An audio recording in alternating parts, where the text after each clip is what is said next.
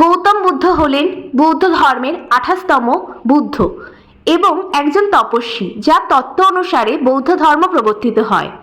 অনুমান করা হয় তিনি খ্রিস্টপূর্ব 625 অব্দে একদা প্রাচীন ভারতের পূর্বাঞ্চলে জীবিত ছিলেন এবং শিক্ষাদান করেছিলেন। পরবর্তীকালে তিনি মগধ এবং কোশল সহ পূর্ব ভারতের অন্যান্য অঞ্চলেও শিক্ষাদান করেছিলেন।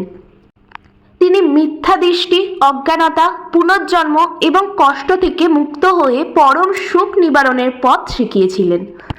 সংস্কৃতে বুদ্ধ শব্দের অর্থ হল আলোকিত ব্যক্তি।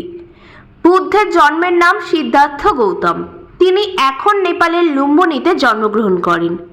বুদ্ধ রাজকীয় পুত্র ছিলেন। সিদ্ধার্থ গৌতম জ্ঞানার্জনের পথে যাত্রা করার আগেই তিনি বিয়ে করেছিলেন।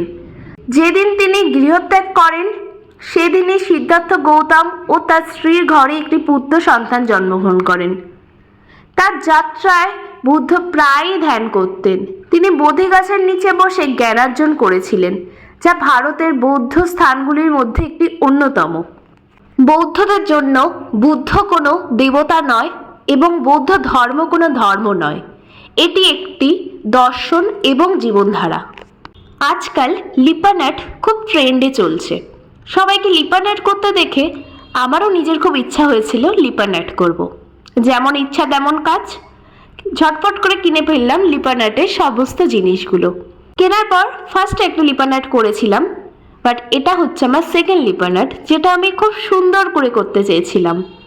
অনেস্টলি এই লিপান আর্টটা করে আমি ভীষণ খুশি হয়ে গেছি।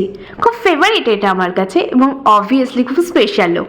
এবার তোমরা বলো তোমাদের আমার এই লিপান আর্টটা কেমন লাগলো। চলো আজকের জন্য টাটা।